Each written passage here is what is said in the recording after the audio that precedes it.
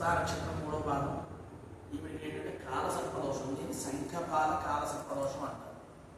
ఈ శంఖపాల కాలసర్పదోషం ఎంత విశేషమైనదంటే చాలా మంది మనం దూరం తీసేస్తారు. ఏది దగ్గరికి రాలేదు, చేతికి అందినట్టే అన్ని జారిపోతూ ఉంటాయి. ప్రతి దశలో కూడా ఉద్యోగ స్థానంలో ఉన్నత స్థానానికి వెళ్ళాల్సిన అవకాశం ఉందనుకోండి, అక్కడ దాకా వెళ్ళి అక్కడికి తగ్గిపోతుంది. అలాగే సంతానం దూరంగా ఉండడం, సంతానం వల్ల మనశ్శాంతి లేకపోవడం, ఏమంటే అది కాకుండా ఆరోగ్యం, మానసికమైన ఆరోగ్యం, అనారోగ్యం అంటే మనసులో విపరీతమైన ఆరోగ్యం, డాక్టర్ దగ్గరికి వెళ్తే ఏ వ్యాధి లేదని చెప్పాలి. తర్వాత తద్వారా శారీరక అనారోగ్యం, ఆ మానసిక ఆరోగ్యం శారీరక అనారోగ్యంలో చెప్పాలి. ఇవన్నీ కూడా కాలసర్పదోషానికి సూచనలు అన్నమాట.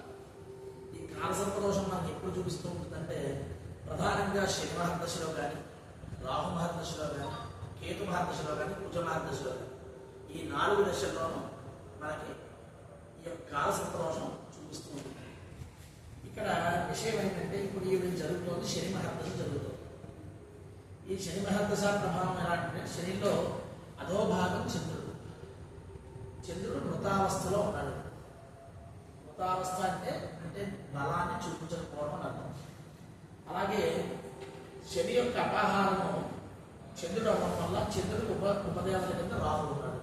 అంటే గ్రహణ కాలం అంటే 2024 మార్చి నుంచి 2027 అక్టోబర్ వరకు కూడా ఈ యొక్క స్థితి విపరీతమైన ప్రభావం చూపిస్తుంది.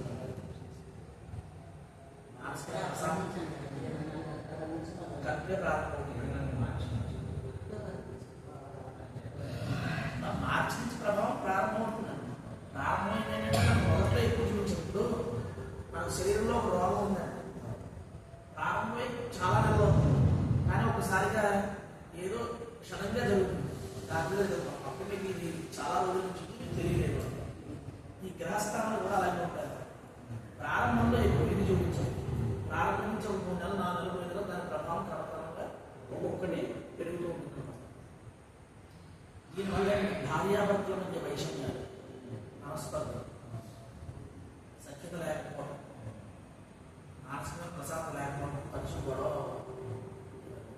దానికి కారణం ఏంటంటే ఒకరి మీద ఒక నిర్ధారణ చేసుకోవడం. కానీ ఇక్కడ మీకు తెలియదు ఏంటంటే మీరు ఒకరి మీద ఒకరు నిర్ధారణ చేసుకున్న ఉపయోగం లేదు.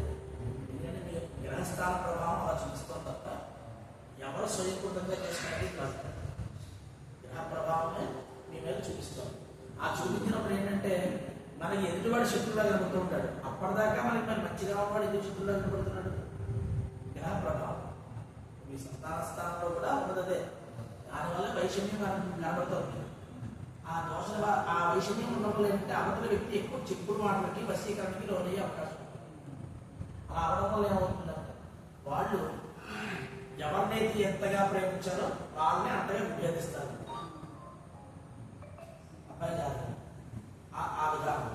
అందుకే ఇక్కడ ఏంటంటే ఈ గ్రహదోష నివారణకి, గ్రహదోష నివారణకి మనం కుజుడికి, శనికి, రాహుకి, కేతుకి ఈ 2 రోజులు జపాలు ఉంటాయి. జపాలకు ప్రత్యేకంగా 6 వాళ్ళు జపాలు చేస్తారు. వాళ్ళ కుజుడికి, శనికి జపం పూర్తవుతుంది. రేపు రాహు కేతులు జపం ఉంటుంది.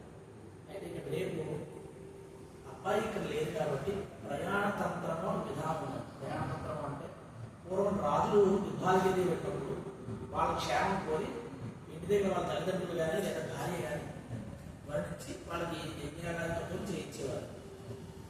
ఇప్పుడు అబ్బాయి ఉంటుంది అమెరికా కాబట్టి పాతాళ లోకం కింద లెక్కండి. అంటే 7 సముద్రాలు అవుతుంది.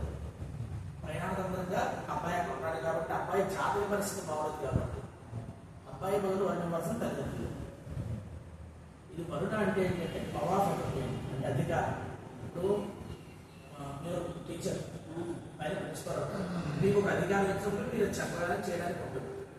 అలాగే ఇప్పుడు మీరేంటంటే అదే మీ మంత్రాలు ఇవి మాకు ఇది కాదు, మా దోషాన్ని మీకు అందజేస్తాం, మీరు తీసుకునే దోష నివారణ చేయండి అని చెప్పి వాళ్ళకి వరుణ ఇస్తారు, అధికారం ఇస్తారు.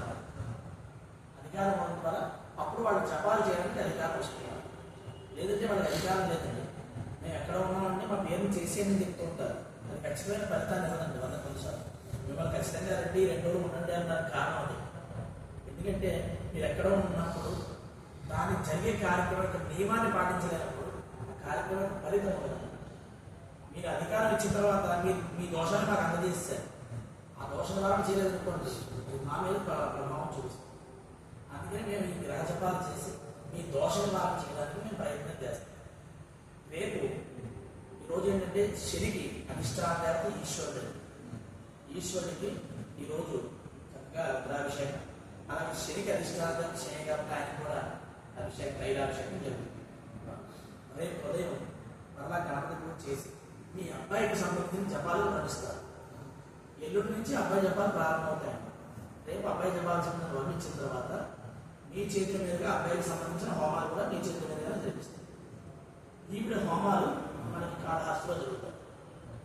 వీటికి సంబంధించిన నవగ్రహ హోమం, సర్పశాంతి హోమాలు ఇవన్నీ కూడా మనకి కాళహస్తిలో జరుగుతాయి.